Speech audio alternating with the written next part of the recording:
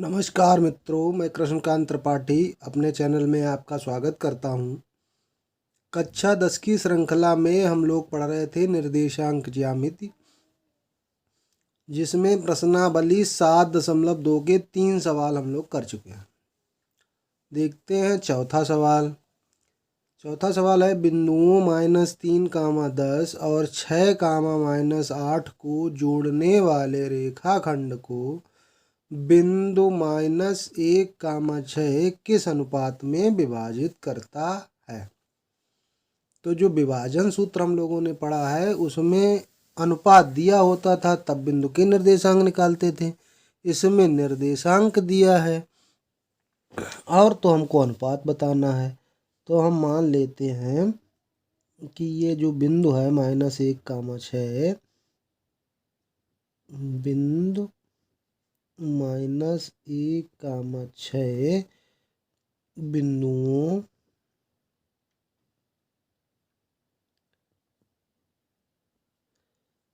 -3, 10 तथा 6, -8 को m1 अनुपात m2 में विभाजित करता है, ये मान लेते हैं। तो ये हमारा x1 है, ये y1 है, ये x2 है, ये y2 है। तो x1 y1 x2 y2 को m1 अनुपात m2 में विभाजित करने वाले बिंदु के निर्देशांक क्या होते थे? m2 m1 x2 plus m2 x1 अपान m1 प्लस m2 और y का m1 y2 plus m2 y1 अपान m1 प्लस m2।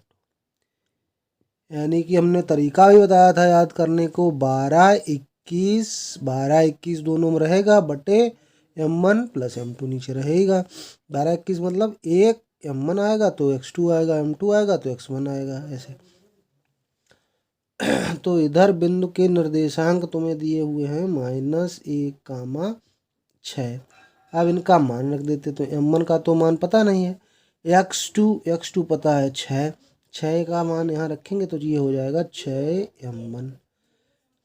m2 का मान पता नहीं है, x1 हमें पता है -3 तो -3 आएगा, m2 हो जाएगा अपान m1 प्लस m2।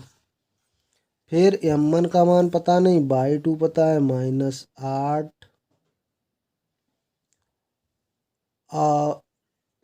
फिर m2 का मान पता नहीं, y1 का मान पता है 10 अपान m1 प्लस m2। अब अगर ये x निर्देशांक और दूसरा y निर्देशांक, इनकी तुलना करें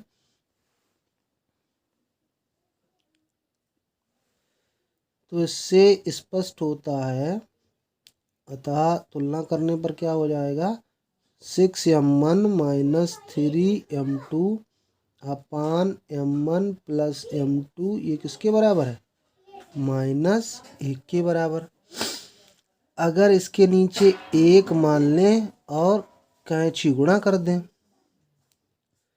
तो इसका 1 में गुणा करेंगे तो 6m1 -3m2 बराबर, इसमें माइनस का गुणा करेंगे तो -m1 और -m2 हो जाएगा। अब एक जैसे पद एक तरफ कर दें। 6m1 और ये माइनस का m1 उधर जाएगा तो प्लस का m1। 3m2 इधर आएगा तो प्लस का हो गया और ये m2 माइनस का है। तो क्या बचा हमारे पास? ये हो गया 7m1 और उधर कितना बचा? 2m2। चाहे आप चाहे तो y के निर्देशांक की भी तुलना कर सकते हैं, चाहे x के निर्देशांक की तुलना कर दीजिए, m1 अनुपात m2 प्राप्त हो जाएगा। अब इस m2 को यहाँ लाएं तो ये 7 उधर जाएगा।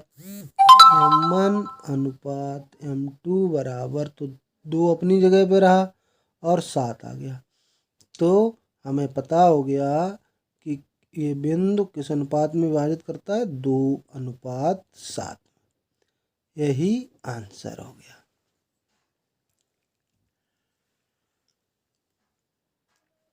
अगला सवाल देखते हैं, 5वां सवाल।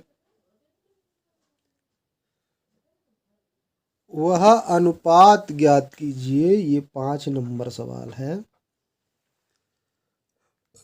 जिसमें बिंदुओं ए के निर्देशांक हैं 1, -5 और B -4, को मिलाने वाला रेखाखंड x अक्ष से विभाजित होता है। इस विभाजन बिंदु के निर्देशांक भी ज्ञात कीजिए।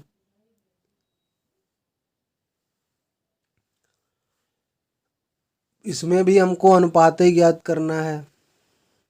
तो A 1, -5 और B -4,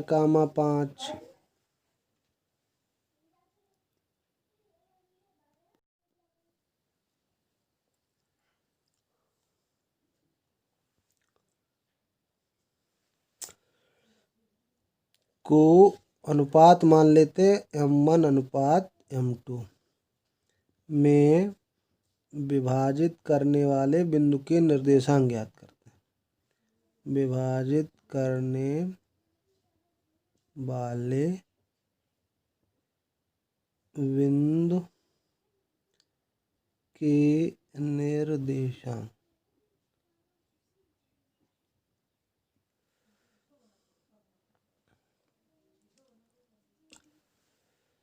क्या हो गए?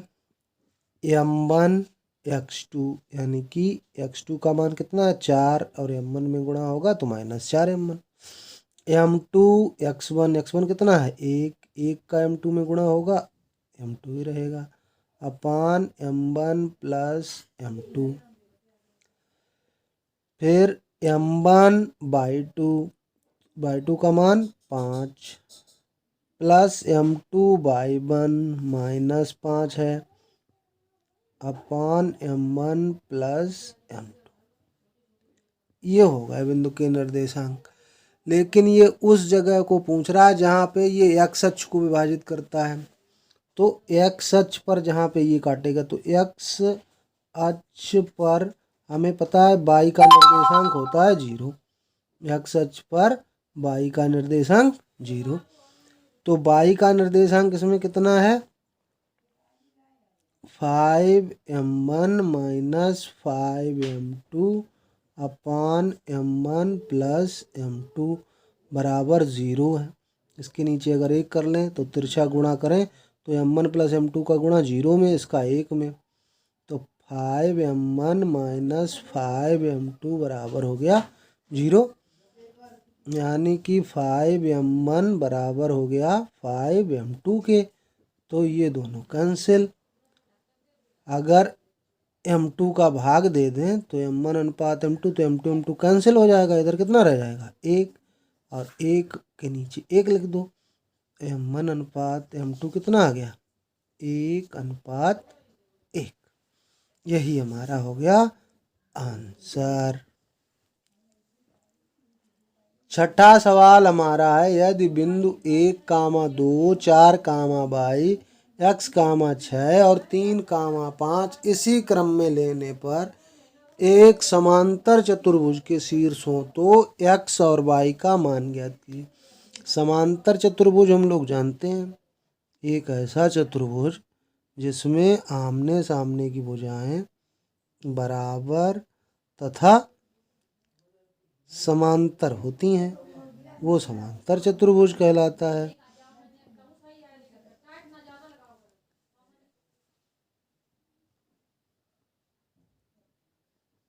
A 1, 2 है, B 4, y, C x, 6 और D ले लेते हैं 3, 5। अब अगर इसकी प्रॉपर्टी हमको मालूम है तो ये सवाल बहुत सरल है। अगर ये दो बिंदुओं के बीच की दूरी से लगाएंगे तो बहुत बड़ा हो जाएगा। तो छोटा कैसे करें इसको? तो इसकी प्रॉपर्टी का यूज करते हैं इसकी प्रॉपर्टी क्या होती है समांतर चतुर्भुज की? विकर्णों का प्रयोग करते हैं। तो हम जानते हैं, क्या लिखेंगे? हम जानते हैं कि समांतर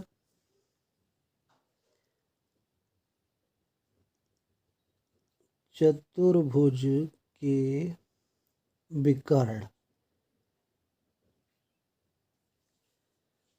विकर्ण क्या होते हैं? एक दूसरे को समद्विभाजित करते हैं। जहाँ पे ये काटते हैं तो वो विकर्ण का मिड पॉइंट होता है।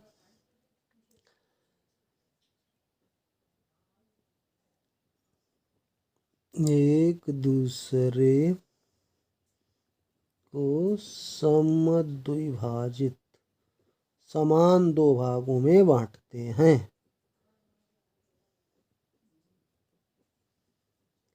इसका अर्थ ये हुआ कि ओ जो है वो AC का भी मध्य बिंदु है और BD का भी मध्य बिंदु है। तो AC के मध्य बिंदु के निर्देशांक हम लोग ज्ञात कर लें। मध्य बिंदु के निर्देशांक कैसे ज्ञात किए जाते हैं? दोनों के x निर्देशांक को जोड़ो और 2 का भाग दे दो, y निर्देशांकों को जोड़ो और 2 का भाग दे दो। तो ये कितना हो गया? ये तो 1 + x/2 ही रहेगा, क्योंकि x तो हमें पता नहीं। ये 6 2 8 हो गया, 8 में 2 का भाग करेंगे तो 4 हो जाएगा। अब BD के मध्य बिंदु के निर्देशांक निकाल लेते हैं।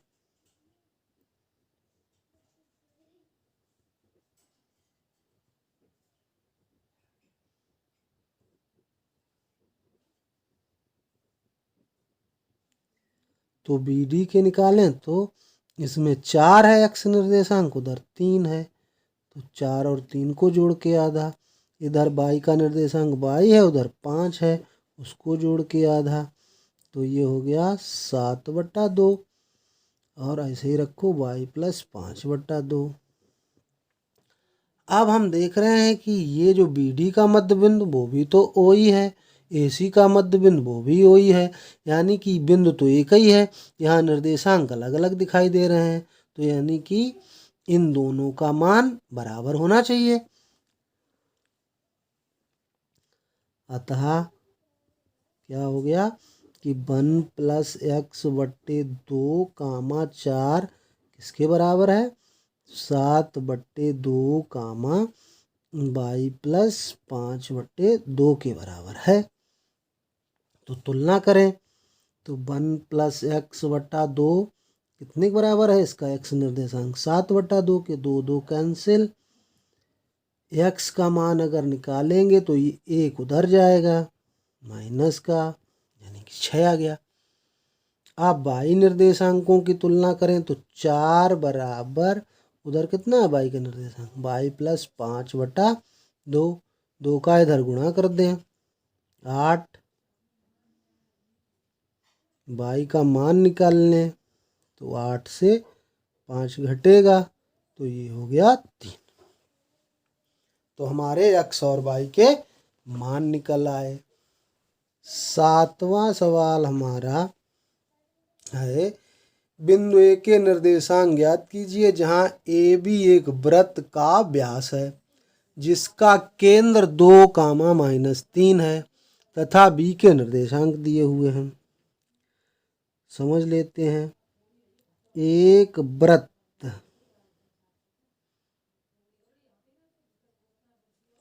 ये एक वृत्त हो गया। वृत्त कैसे खींचते हैं? यहाँ पे प्रकार रखेंगे और जहाँ पे प्रकार रखा जाता है वही होता है उसका केंद्र, और केंद्र से होकर जाने वाली रेखा वही होती है वृत्त का व्यास। तो ये AB व्यास हो गया, ये केंद्र मान लेते हैं O है। तो केंद्र क्या करता है? इस व्यास को 2 भागों में विभाजित करता है, क्योंकि केंद्र से वृत्त पर किसी बिंदु की दूरी केंद्र से समान होती है। तो जितनी ओ ए दूरी है उतनी ओ बी दूरी है। इसका मतलब ओ क्या हुआ, ओ मिड पॉइंट हुआ, मध्य बिंदु हुआ। ओ क्या है, ए बी का मध्य बिंदु है, मध्य बिंदु है। अब मान लेते, माना ए के निर्देशांक एक्स कामा वाई ले लेते हैं, तो ये एक्स कामा वाई ले लिया। बी 1,4 दिए ही है और केंद्र के निर्देशांक भी दिए 2,-3। अब अगर ए बी के मध्य बिंदु के निर्देशांक निकालें, ओ के निर्देशांक अगर हम ज्ञात करें मध्य बिंदु से फार्मूले से, तो क्या होता है, एक्स का निर्देशांक जोड़ो बटा 2 कर दो, वाई का निर्देशांक जोड़ो बटा 2 कर दो। अब ओ का निर्देशांक तो हमें पहले ही पता है 2,-3, लेकिन फार्मूले से क्या आ रहा है, एक्स प्लस 1/2 वाई प्लस 4/2। अब इसमें भी निर्देशांकों की तुलना करेंगे, एक्स प्लस 1/2 हो गया 2 के बराबर, यानी कि एक्स प्लस 1 कितने के बराबर हो गया, इसको उधर ले आए तो 2 दूना 4, एक्स का मान कितना हो गया, 4 से 1 घटा दो 3। वाई निर्देशांक की तुलना करें, -3 के बराबर है। वाई प्लस 4 जब ज्ञात करेंगे तो 3 दूना 6 हो जाएगा, और वाई जब ज्ञात करेंगे तो -6, 4 भी इधर आएगा तो माइनस का, तो -10 हो गया। तो ए के निर्देशांक क्या हो गए हमारे,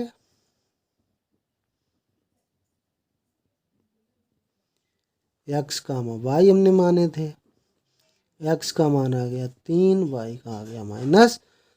तो यही हो गया हमारा आंसर। प्रश्नों को आपने अगर ठीक से समझ पाया हो तो एक लाइक तो बनता है। अगर अभी तक आपने चैनल को सब्सक्राइब नहीं किया है तो तुरंत चैनल को सब्सक्राइब कर लीजिए, दोस्तों के साथ शेयर कीजिए। धन्यवाद।